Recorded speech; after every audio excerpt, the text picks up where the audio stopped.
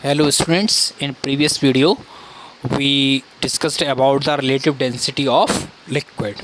Relative density of liquid is equal to density of liquid upon density of water. According to the definition, the relative density of liquid is defined as the ratio of density of liquid to the density of water. So now we know that the formula density is equal to mass upon volume. According to this formula, you can write as relative density is equal to density of liquid means mass of liquid upon volume of liquid upon density of water means mass of water upon volume of water. So now today we will discuss about the measurement of relative density. Relative density of a liquid can be determined with the help of the density bottle. Suppose the volume of the density bottle is equal to V. This is the volume of the bottle. The mass of the clean, dry and empty bottle is determined with the help of a beam balance. Let it be M1. That is, the mass of the empty bottle is equal to M1. Or you can say that the mass of the bottle without liquid is equal to M1. Now, the liquid whose density is to be measured is filled into the bottle and its mass is determined again. That means the mass of bottle with liquid. Again, I repeat again, the liquid whose density is to be measured is filled into the bottle and its mass is determined again. So now the mass of the bottle with liquid is equal to M2. Now you can easily find out the mass of the liquid because this is the mass of the bottle with liquid and this is the mass of empty bottle. So the mass of the liquid will be M2 minus M1. Now again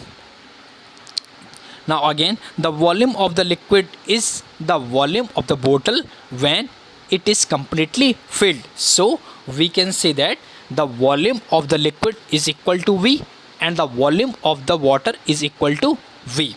Now again, clean the bottle thoroughly and then fill it with water and determine the mass of the density bottle with water. That means the mass of the bottle with density is equal to M3. Clear? So now we can easily find out the mass of the water and the mass of the water will be M3 minus M1. This is the mass of the water. As we are using the same bottle, the volume of the liquid as well as water is the same. So we can use the volume of the water is equal to V and the volume of the liquid is also V. So now relative density is equal to mass of the liquid. Mass of the liquid is equal to M2 minus M1. So here relative density is equal to M2 minus M1 upon volume of the liquid, and now volume of the liquid is equal to V. So now upon V upon mass of the water, and according to our analysis the mass of the water is equal to M3 minus M1. So now here M3 minus M1 upon the volume of water. Now volume of water is equal to V. So here write V. Now V cancel out. So now relative density is equal to M2 minus M1 upon M3 minus M1, or M2 minus M1 means mass of liquid, M3 minus M1 means mass of water. So now relative density is equal to mass of liquid upon mass of water. This is an other formula for relative density. Now we will discuss about the sinking and floating. Now we will start the new topic, sinking and floating. Sinking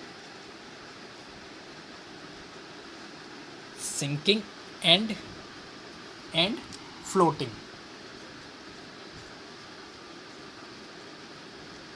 Sinking and floating. This is a new topic. Now listen. The main concept of the sinking and floating is that if the density of any object is greater than the density of water, then it will be float. If the density of, listen again, I'm sorry, again, the main concept of the sinking is the density. Listen, the density of, the density, the density of any object, the density of any object is less than the density, the density of water, the density of water, then it object, then the object, then the object, then the object will float, then the object will float. That means the density of any object is less than the density of water, then the object will float. And the another concept is that if the relative density, if the relative density of the object is less than 1, if relative density of the object is less than 1, then this object, object will float, then this object will float in the water, in the water. This is the main concept of the floating. That means the density of any object is less than the density of water, then the object will float. For example, the wood float on the water because the density of wood is the less than the density of water. Similarly, kerosene oil floats on the surface of the water. The reason is that the density of kerosene oil is less than the density of water. If the density of object, listen carefully, if the density of object, if the density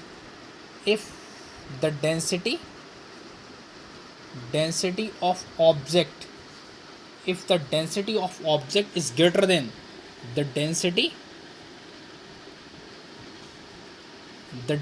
of water, then the object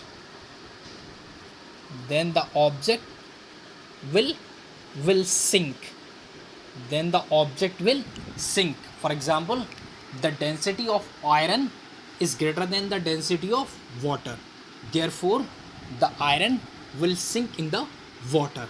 This is the reason. Clear?